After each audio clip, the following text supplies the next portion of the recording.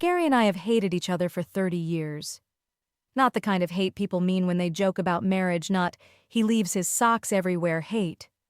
The real kind. The kind where some nights I'd lie 6 inches from him and feel something so close to disgust I'd have to get up and stand in the bathroom with the fan running, just to remember I wasn't a person who did things like put a pillow over someone's face. I never would have. I want to be clear about that. But I understood it. In my body. I understood exactly why people did. We also just hit our 30th anniversary. People call us the gold standard. My daughter asked me last week, with her own wedding 4 months out and her coffee going cold in her hand, what the secret was, and I sat there trying to figure out which version of the truth a 26-year-old getting married in October could actually survive hearing. I almost told her the real one right there at her kitchen island. I didn't. I'm telling you instead, whoever you are I don't even know what time it is. Late. The dog's asleep on my feet and I have a glass of wine I'm not really drinking, just holding. And I figure if I type it out, maybe I'll know what to say to her next time she asks. Because she will ask again. She's like that. And we made it 30 years. 2 kids, a business, a house we paid off, a dog before this dog. People looked at us, when we were still in us, in the way they meant it, like we'd cracked some code. Like there was a vitamin we took. I'm going to back up. I always do this. I start in the middle and then I have to go find the beginning. We met at a Sears that doesn't exist anymore, in the tool department in 1994. I was 26 and selling hardware because my dad owned the franchise and Gary came in to buy a router, the woodworking kind, not the internet kind. This was before all that.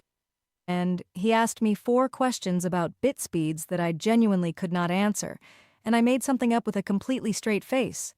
He bought the router. He told me later he knew I was lying the whole time and bought it anyway because he liked that I didn't flinch. That should have told us both something. It didn't. We dated for a year. Normal stuff.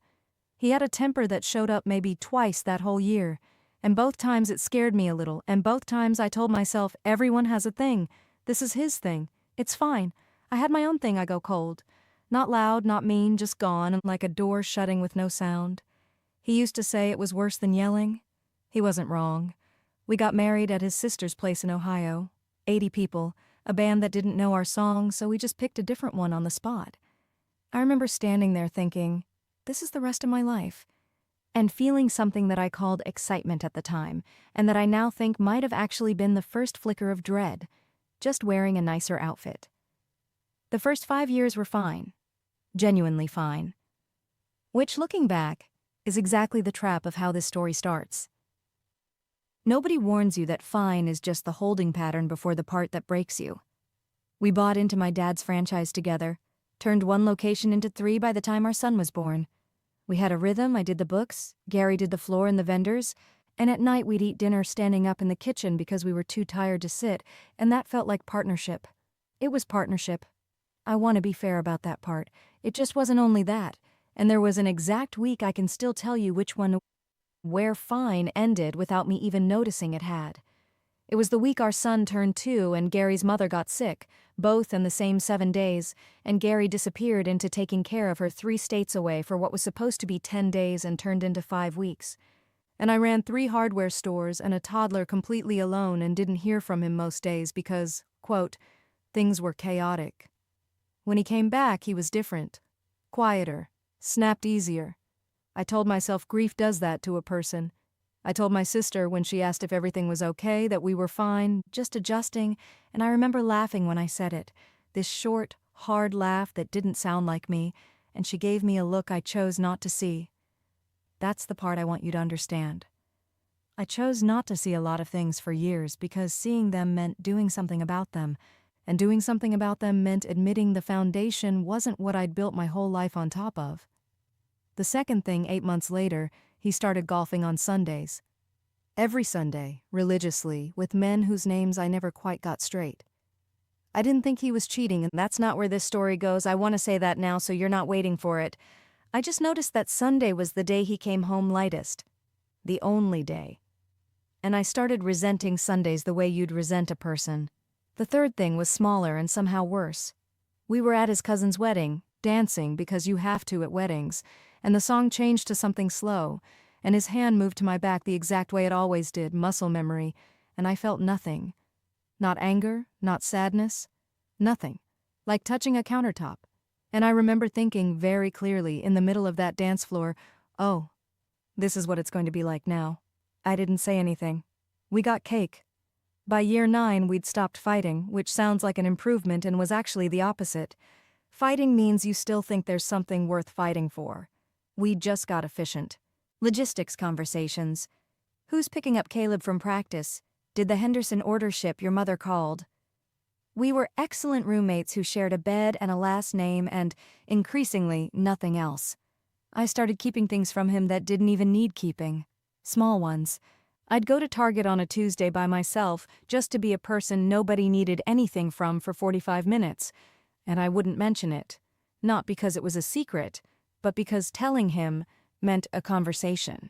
And a conversation meant being near him, and being near him had started to feel like a chore I was perpetually behind on. There was a night Caleb was maybe 6. Our daughter Beth wasn't born yet, where Gary and I had some pointless argument about a vendor invoice, and it escalated the way things did by then. Fast and ugly out of nowhere, and he said something like, "I don't even know why we're doing this." And I said, "I don't either." And we both just stood there in the kitchen having accidentally told the truth to each other for the first time in years. Neither of us said the word divorce. I think we were both too scared of what came after the word. The business, the kids, my dad, who'd built the franchise and would have had something to say about it. We'd built something real, just not with each other. If that makes sense, we'd built something real that happened to require both of us to keep standing. So we made a deal. I don't know what else to call it. We actually sat down, at the kitchen table, like adults having a business meeting, because that's basically what it was, and we agreed. We stay. Not for romance. Not because we loved each other, which by that point felt almost like a foreign word, something other people had. We stay because of Caleb, and the baby I was 3 months pregnant with and hadn't told him about yet, and the 3 stores that were, by then, 4, and the 11 employees whose mortgages depended on us not blowing it all up over feelings neither of us could fully name. We didn't put it in writing.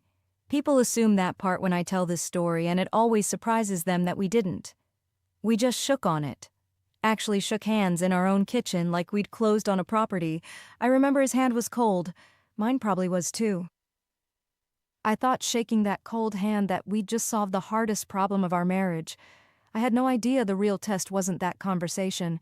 It was the one we'd have 17 years later, on a Christmas Eve, with him still holding the scissors. I told my mother some version of it years later, expecting her to be horrified. She wasn't. She said, "Honey, your father and I had an arrangement like that for a decade. We just never called it one." I didn't know what to do with that information. I still don't, really. I think about it more than I'd like to admit. How many of the solid-looking marriages around me were actually just well-managed agreements wearing a wedding ring.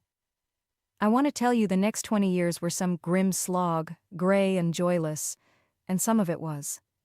But I'd be lying if I said it was only that, and I promised myself if I was going to type this out at all, I'd do it honest. There were good years inside the bad marriage. That's the part people don't believe. We were excellent business partners, genuinely, scarily good together on a spreadsheet, finishing each other's sentences in vendor meetings, reading each other's silences across a room full of people who had no idea we went home most nights and barely spoke. We were good parents, separately and together, in that specific way where you put everything you're not giving your spouse into your kids instead. Caleb and Beth got the best of both of us because neither of us had anywhere else to put it. And there was a kind of peace in the arrangement, once we stopped pretending it was something else. I didn't have to perform love I didn't feel. He didn't either. We were honest in our dishonesty. If you follow me, we both knew exactly what this was, and so neither of us went around wounded by expectations the other one was failing to meet. I've had friends in marriages with way less hatred in them who were way more miserable because they kept expecting it to be something it wasn't. We never made that mistake. We knew precisely what we were. We developed a kind of shorthand, the way coworkers do after a decade in the same trench. He'd catch my eye across a vendor table when someone was about to get lowballed, and I'd know exactly what he was thinking without a word passing between us. I could read a single line item on a P&L he'd put together at midnight and know, just from the way he'd rounded a number, whether he was tired or worried or both. People who watched us run a staff meeting sometimes assumed we were one of those couples who'd built an empire on love. We let them think it. It was easier than the alternative, and honestly, some days it didn't even feel like a lie. It felt like a different, harder kind of devotion, the kind that doesn't care if you like someone, only whether you'll show up. There's a version of this story where I make it sound clean, like we just calmly agreed to be business partners who happened to share a mortgage, and that's not honest either. There were nights it didn't feel manageable at all. Year 17, a Christmas Eve, both kids asleep, Gary and I wrapping presents at the kitchen table in total silence except for the tape dispenser, and out of nowhere he set down the scissors and said, "Do you ever think about just not doing this anymore? Any of it?" And for one long, terrifying second I thought he meant tonight, the wrapping. And then I understood he meant the whole thing, the deal, the 20 years us. I said, "Every day." He nodded like I'd confirmed something he already knew, and we just sat there, two presents half wrapped between us, both of us right at the edge of finally saying it out loud. Beth's door creaked upstairs, just the house settling, not even her waking up. And we both flinched like we'd been caught at something, and he picked the scissors back up, and that was the closest we came in 15 years. We never spoke of it again. I think about that Christmas more than almost any other night of my life, the one where we almost told each other the truth and got scared off by a creaky floorboard. I started a folder on my computer around year 14, called it Exit, which in retrospect was not subtle, though Gary never went looking. Or if he did, he never said. It had a spreadsheet of store valuations, a list of divorce attorneys I'd researched and never called, a rough number for what I'd need monthly if I left. I told myself it wasn't a plan. It was just information, just in case. I added to it maybe twice a year for 16 years. There was one Sunday golf Sunday, of course, where I sat in our driveway in my own car for almost 40 minutes before going inside because I genuinely could not make myself walk through the door, and I remember thinking, this is not a marriage. This is a tenancy agreement with a man I used to love, and I am paying rent in the form of my whole life. I went inside anyway, made dinner, asked about his round. Caleb left for college in 2014. Beth followed 4 years later. The week after we dropped her off, Gary and I drove home together in near silence for 6 hours, and somewhere around the Ohio border close to where we got married, which neither of us mentioned. Though I know he noticed too, he said, "So I guess it's just us now." And I felt this lurch in my stomach that wasn't excitement and wasn't dread either. It was just the sound of a deadline arriving. We didn't divorce that year. We didn't divorce the next one either.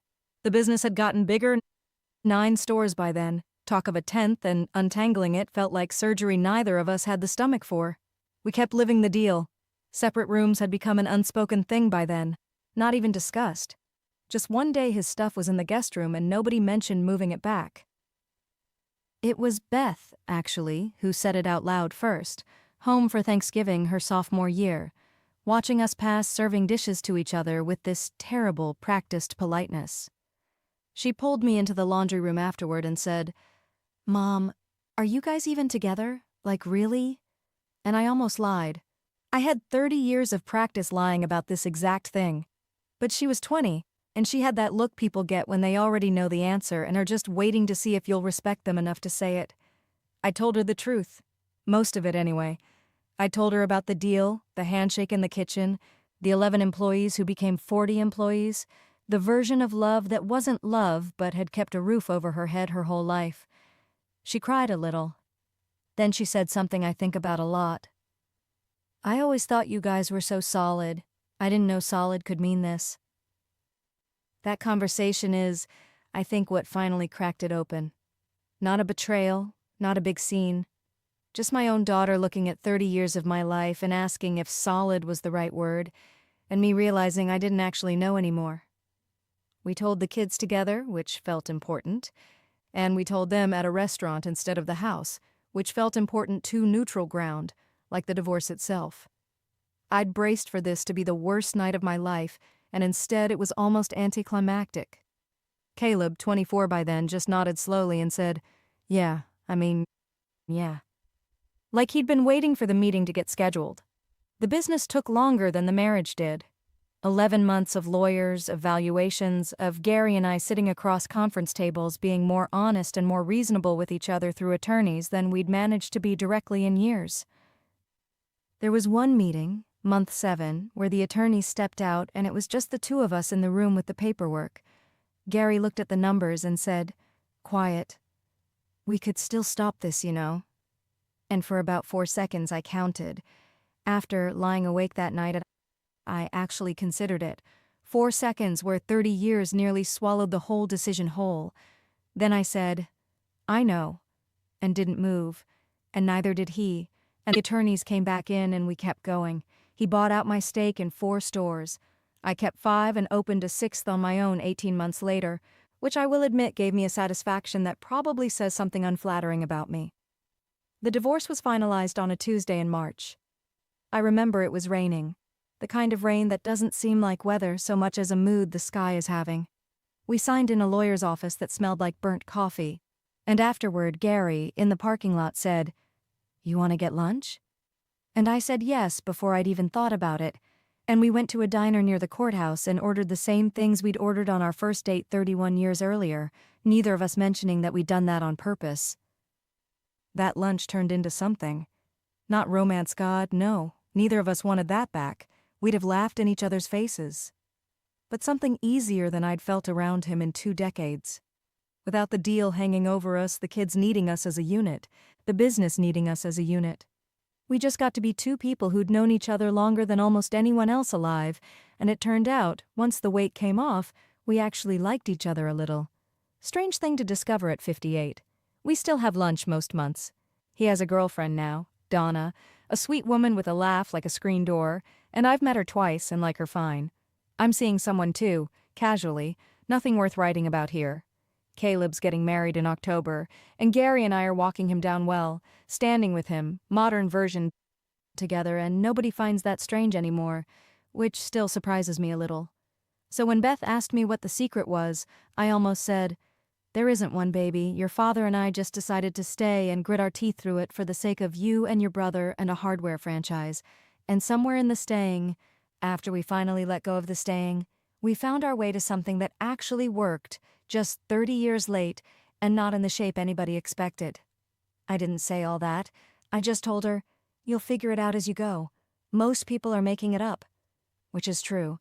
Which is also a smaller, kinder version of the truth. The kind you give your kid the week before her wedding instead of the whole real one. I still have his coffee mug. The chipped one, from the old Sears days. The one he always reached for without thinking. I found it in the back of a cabinet a few months ago doing some reorganizing, and I stood there holding it for a long time. Longer than a mug deserves. I didn't throw it out. I put it back. I don't know why I'm telling you that. I just felt like someone should know it's still there.